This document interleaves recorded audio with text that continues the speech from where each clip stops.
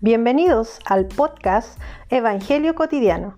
Esta primera temporada, el pastor Francisco Valdivia nos compartirá el significado del servicio y cómo involucrarnos en él. Muy bienvenidos a este último episodio de la primera temporada del podcast Evangelio Cotidiano, donde hemos estado revisando el servicio en base a la revelación del tabernáculo. Hoy hablaremos del Arca del Testimonio. Llegamos al fin a la parte más profunda del tabernáculo, el lugar santísimo. En esta reducida sección se encontraba el Arca del Pacto, símbolo de la presencia de Dios para el pueblo de Israel. La cubierta del arca fue llamada propiciatorio. En aquel lugar y sobre los dos querubines que tocaban sus alas en el centro, Dios hablaba y se revelaba a Moisés. Hablaremos en primer lugar del contenido del Arca del Testimonio, ya que estos elementos son los que Dios ha depositado en nuestras almas por la obra de Cristo, para terminar considerando el propiciatorio mismo y su valor como elemento profético para anunciar a Jesús. El arca contenía en su interior 3 elementos: las tablas de la ley, el maná y la vara de Aarón que reverdeció. Las tablas de la ley era lo que representaba el pacto de Dios con Israel, la palabra que ellos recibieron de Dios y la revelación que tenían de Dios. De la misma manera que el arca, en nosotros ha sido depositada su revelación, su palabra. Esta no es la palabra de la ley ni la revelación del pacto antiguo, sino la nueva revelación de Dios mediante Cristo Jesús, el nuevo pacto que nos da salvación y justicia eterna. La revelación de Dios como Padre y las riquezas de su Evangelio, todo esto no está fuera del creyente, sino dentro, profundo, en su alma y en su corazón. Pablo dice en Romanos 5:5 que el amor de Dios ha sido derramado en nuestro corazón por el Espíritu Santo que nos fue dado. El nuevo pacto es el pacto del Espíritu Santo, donde experimentamos a Dios y su presencia en nosotros, Cristo en nosotros, la esperanza de gloria. En segundo lugar, consideremos el maná. El maná fue la provisión de Dios para el pueblo de Israel en todo su peregrinaje por el desierto. Cada mañana los israelitas eran testigos del cuidado de Dios por ellos. El maná cubría todas sus necesidades alimenticias completamente.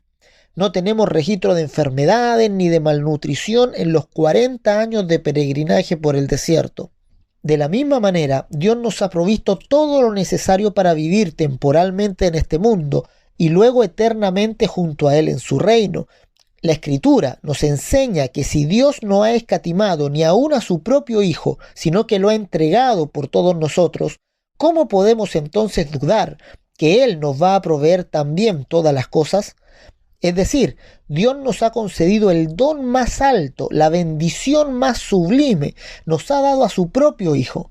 Por esto podemos estar seguros que Él nos proveerá también para todas nuestras necesidades.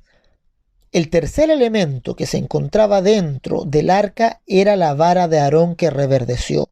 Era un símbolo de la guía de Dios a Israel en medio del desierto. Después de la rebelión de Coré, Moisés ordena preparar 12 varas, una por cada tribu, e inscribir en ellas el nombre de los jefes de cada tribu de Israel. Sobre la vara de Leví estaba escrito el nombre de Aarón. Al día siguiente, la vara de Aarón había florecido, lo que indicaba que Dios había escogido a esta familia para ser los sacerdotes en el tabernáculo. La vara de Aarón fue guardada como testimonio del gobierno de Dios sobre su pueblo, de la guía y la compañía de Dios. No estaban solos, Dios estaba con ellos, guiándolos y protegiéndolos a cada paso. De la misma manera, el testimonio de la presencia, el gobierno y la guía de Dios reside en el interior de cada creyente. El Espíritu Santo nos guía a toda la verdad, revelando a Cristo a nuestro corazón. Romanos 8:14 es enfático al decir: porque todos los que son guiados por el Espíritu de Dios, estos son hijos de Dios. El creyente, como hijo de Dios, es guiado cada día por su Espíritu.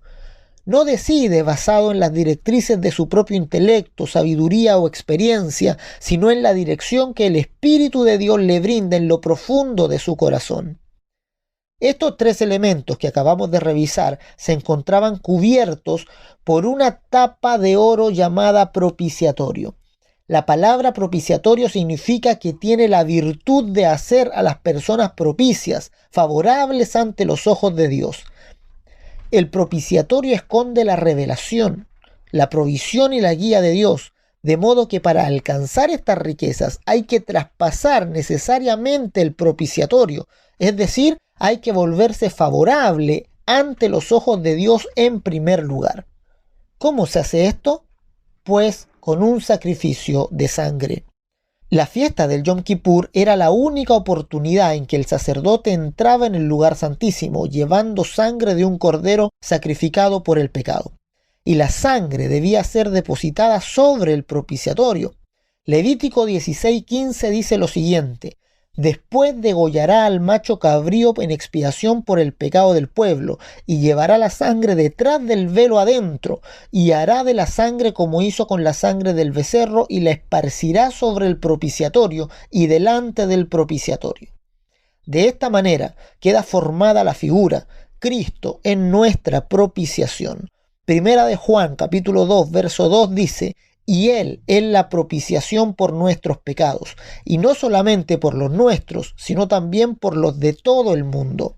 Y también el capítulo 4, verso 10 dice: en esto consiste el amor, no en que nosotros hayamos amado a Dios, sino en que Él nos amó a nosotros y envió a su Hijo en propiciación por nuestros pecados.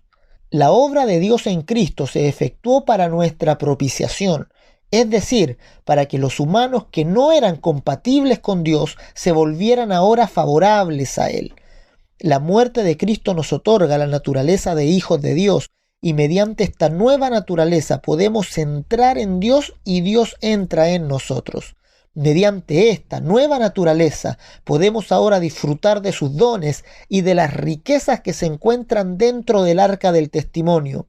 Por su sangre derramada a nuestro favor podemos tener la palabra que alumbra nuestro interior. Podemos tener su eterna provisión y contar con su compañía, con su amorosa guía y dirección todos los días de nuestra vida.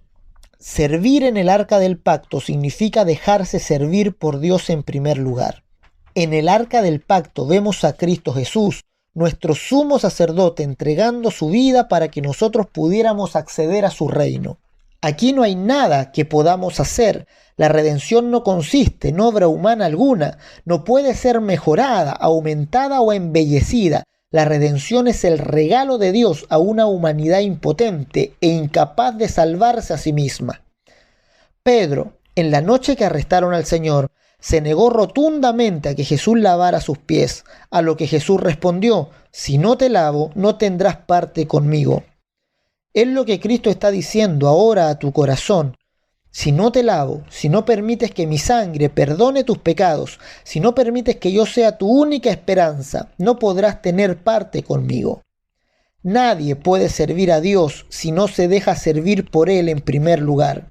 Cristo vino a servir, no a ser servido. Recuerda, el amor consiste en que Él nos amó a nosotros primero y nos dio a su Hijo en propiciación por nuestros pecados. Él te ama. Él quiere que todos tus pecados y maldades queden borrados de ahora y para siempre. Quiere otorgarte una nueva naturaleza de hijo amado y eternamente aceptado. Recibe con alegría su maravilloso servicio.